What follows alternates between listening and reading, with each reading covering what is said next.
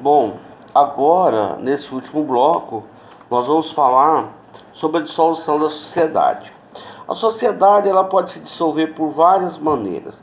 Lá no artigo 1033 fala sobre as motivações que podem levar a sociedade a ser dissolvida. Também no inciso primeiro fala sobre as sociedades por prazo determinado. A regra de lá é aquela mesma regra dos contratos, terminou o prazo. Se ninguém providenciou para terminar a sociedade, ela se prorroga por prazo indeterminado. Essa se as sociedades forem por tempo determinado, né?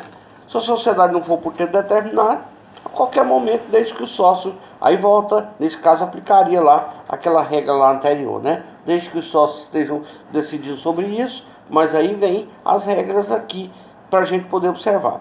O inciso segundo fala sobre consenso unânime. Consenso unânime é só para a sociedade por tempo determinado. Sociedade por tempo indeterminado só precisa de maioria absoluta para se dissolver, que está lá no inciso segundo, né, no inciso terceiro. Né? A ausência de pluralidade de sócios, você sabe que você tem 180 dias para achar outra pessoa para fazer sociedade com você, para você não ficar sozinho. Mas lembrando que nesse caso você pode pedir a transformação, né?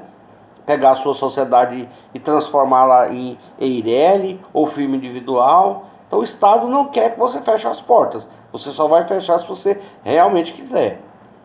E também, por último, aquelas sociedades que têm autorização judicial para funcionar, né? Sociedades tipo bingo, que funciona com autorização judicial. Se houver cassação da autorização judicial, obviamente que a sociedade também tem que se liquidar. E aí, independentemente se ela é por tempo determinado, se ela é por tempo determinado, né? O governo cassou a concessão, não tem mais o que se fazer, né?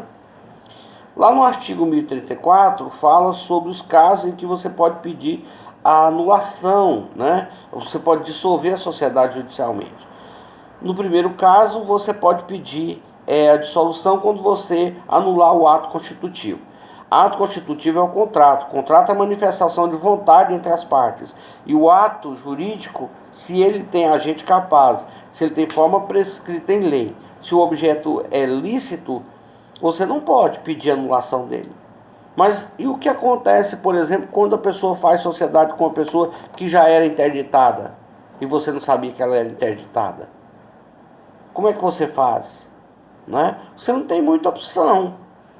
Porque depois que a pessoa estava lá, você descobriu que a pessoa já era interditada. Então a pessoa tem um erro, não tem como continuar. Né? E aí nesse caso você pode pedir a dissolução judicial da sociedade. E aí nesse caso vai se anular o contrato. Aqui também fala sobre a exaustão do fim social, né?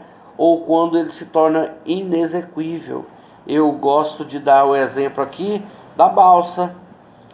Os dois sujeitos tinham lá uma sociedade com a balsa transportava caminhão de um lado para o outro. Você sabe que em algumas cidades que não tem ponte, as balsas fazem esse transporte. Aqui próximo de nós tem a cidade de Xique-Xique ali, né? Que de um lado Barra, do outro lado Xique-Xique. Para você chegar em Xique-Xique por ali, você precisa passar por uma balsa. Então os dois tinham lá uma sociedade na balsa. E se por acaso o governo construiu uma ponte? Obviamente que o objeto perdeu, né, o objeto da sociedade. Não tem mais como executar. Né? Ninguém mais vai deixar de ir na ponte para pegar a balsa. Né? A não ser que queira fazer uma viagem nostálgica. Né? Então, nesse caso também, a lei autoriza a pessoa a terminar a sociedade, mesmo se ela for por tempo determinado, né? O artigo 1035 fala sobre outras causas de dissolução. Qualquer outra cláusula que você quiser colocar no contrato, você pode colocar. Você pode dizer, olha, nossa sociedade vai durar 3 anos. Mas se por acaso ela não der 30% de lucro, nós vamos dissolver a sociedade. A sociedade só deu 29,5%. Bom, 29,5% não é 30%. O outro sócio pode pedir a dissolução da sociedade. Não quero mais sociedade com você não.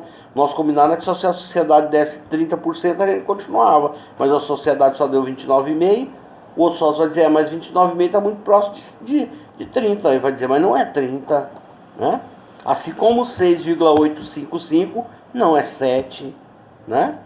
Então, nessas condições, aquele que discordar dos 29,5 e achar que deu 30, pode questionar na justiça e o juiz então vai ordenar que um perito faça análise contábil e diga se a sociedade deu 29,5 mesmo ou se ela deu 30. E se ela deu 29,5, o outro pode sair, né? Porque 29,5 não é 30, né? O artigo 1036 vai começar a falar sobre a questão da liquidação. Depois que os sócios deliberam e decidem pela dissolução da sociedade, começa-se o processo de liquidação. O processo de liquidação é um processo, por algumas vezes, demorado, porque levantar o ativo e pagar o passivo nem sempre é muito fácil. Em algumas situações, levantar o passivo e pagar o passivo demora. Existem alguns ativos que são muito fáceis de ser localizados. Ativos circulantes, por exemplo, são muito fáceis de ser localizados. Caixa, banco. Mas outros ativos demoram mais para serem realizados. Contas a receber, venda de imóveis e utensílios, resgate de empréstimos feitos. Então, todas essas situações podem demandar muito tempo. Então, como essa situação pode demandar muito tempo, você tem que estabelecer o processo de liquidação. Nomear um liquidante, e aí começa, né? Que, aliás, o 1038 também fala a mesma coisa. O 1038 fala sobre a indicação do liquidante, como será feita a liquidação. Lembrando que nós temos um capítulo para falar sobre liquidação, tá? E como eu fui lá no 1036, vim no 1038, agora eu quero finalizar com o 1037. O 1037 é praticamente uma piada. Porque o que o artigo 1037 diz? O artigo 1037 diz assim, que caso, né, a sociedade tenha o objeto social cassado, compete aos sócios dissolver a sociedade. Mas se o sócio não dissolver a sociedade, o Ministério Público, né, vai promover a liquidação. E se o Ministério Público não fizer, a outra autoridade competente vai fazer. Ora, vocês que já trabalham um pouco aí com o judiciário, vocês sabem muito bem que o Poder Judiciário não tem condições de fazer nem o óbvio. O Poder Judiciário não tem condições de fazer nem marcar audiência se você não ficar lá o resto da vida pedindo. Você acha mesmo que o Poder Judiciário vai promover isso aqui? Está na lei.